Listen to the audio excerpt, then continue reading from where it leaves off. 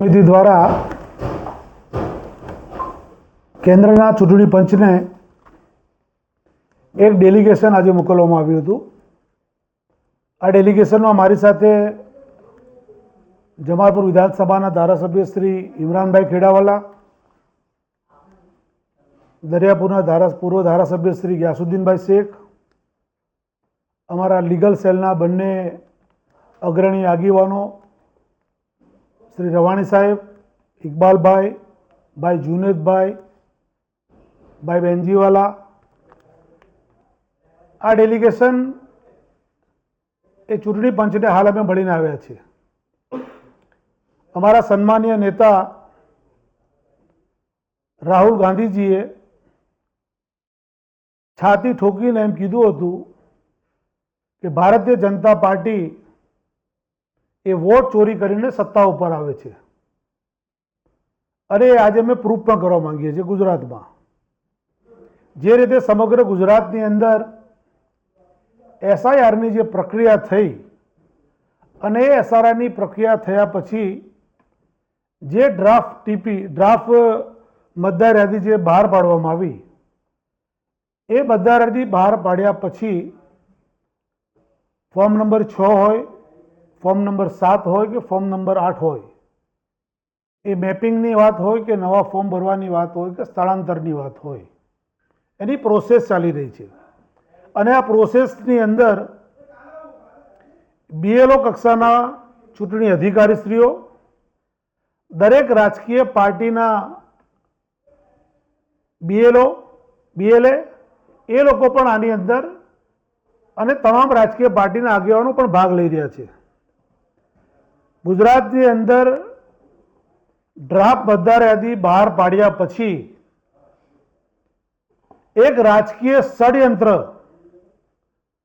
ગુજરાતની અંદર થઈ ગયું છે।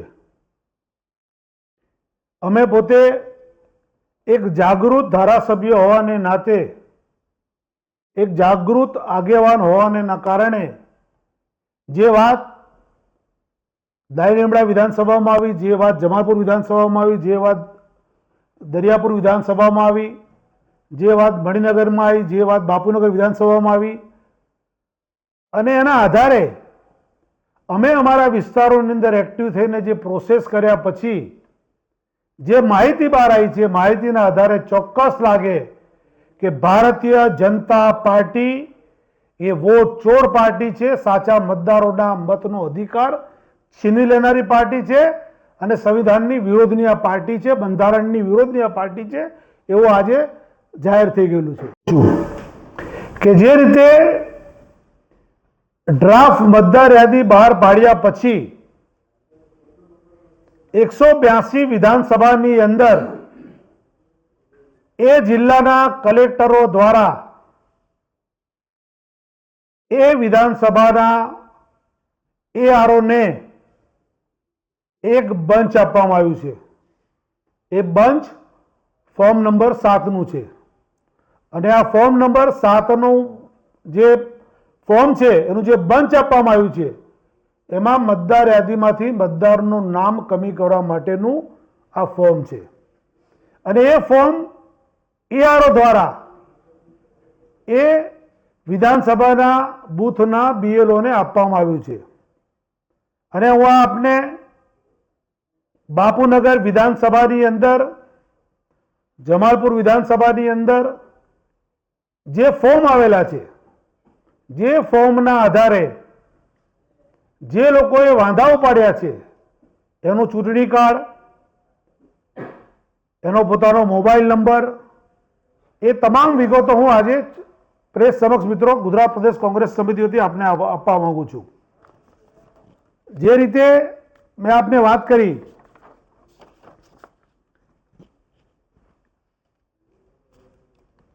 કે રાજકીય પાર્ટી દ્વારા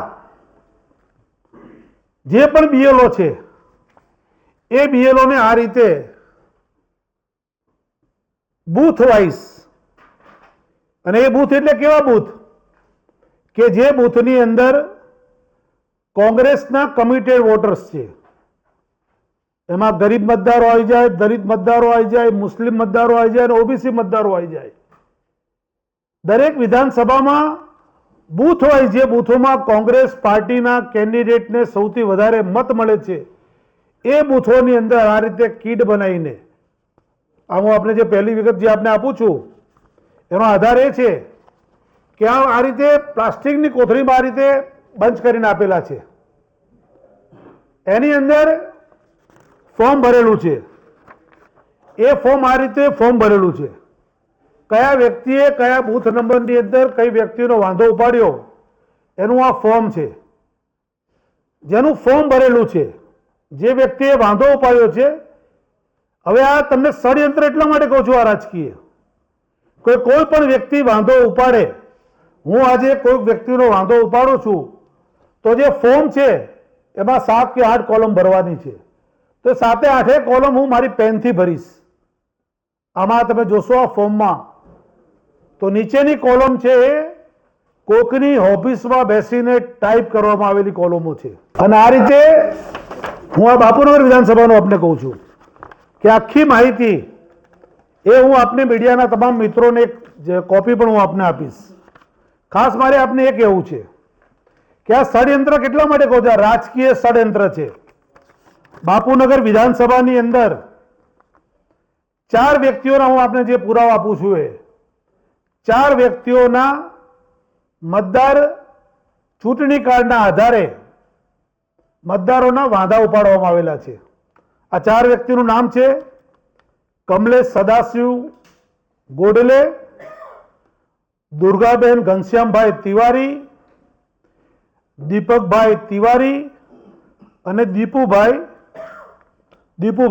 તિવારી.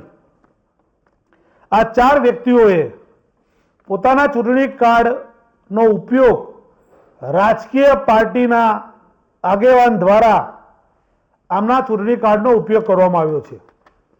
અને દુઃખની બાબત તો એ છે કે કરવા ગયા છે ખોટું, પણ હવે રંગે હાથે પકડાયા છે.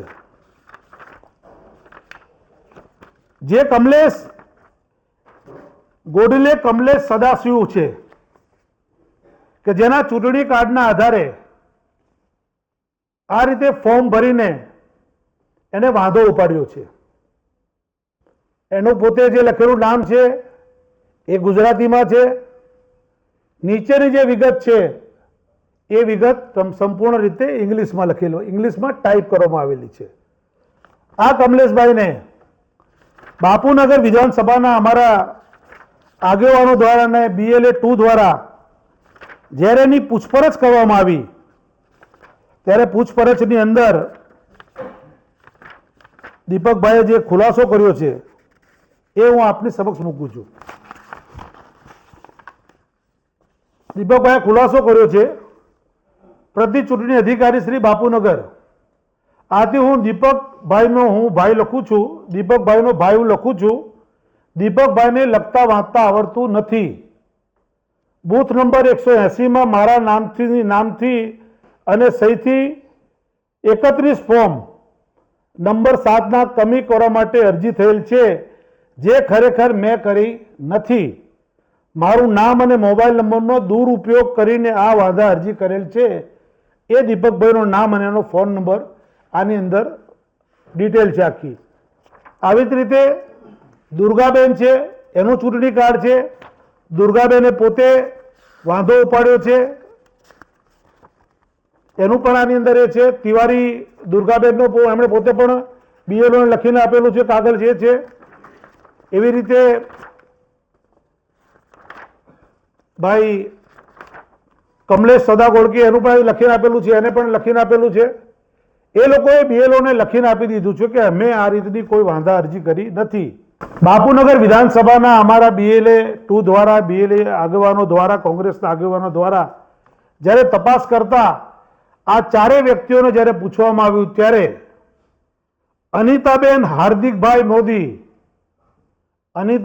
હાર્દિકભાઈ મોદી રહેવાસી શુભલક્ષ્મી ફ્લેટ બાપુનગર, આ બહેન દ્વારા આવી રીતે આ લોકો પાસેથી એ લોકોના ચૂંટણી કાર્ડ લેવામાં આવ્યા હતા કે તમારા ચૂંટણી કાર્ડ આપો, અમારે કામ છે, ગરીબ માણસ છે, નાના માણસ છે, અભણ માણસ છે, એ લોકોના ચૂંટણી કાર્ડ આ અનિતાબેને એમની પાસેથી લઈ લીધા અને એ ચૂંટણી કાર્ડનો આ રીતે વાંધા અરજીમાં દુરુપયોગ કરવામાં આવ્યો છે.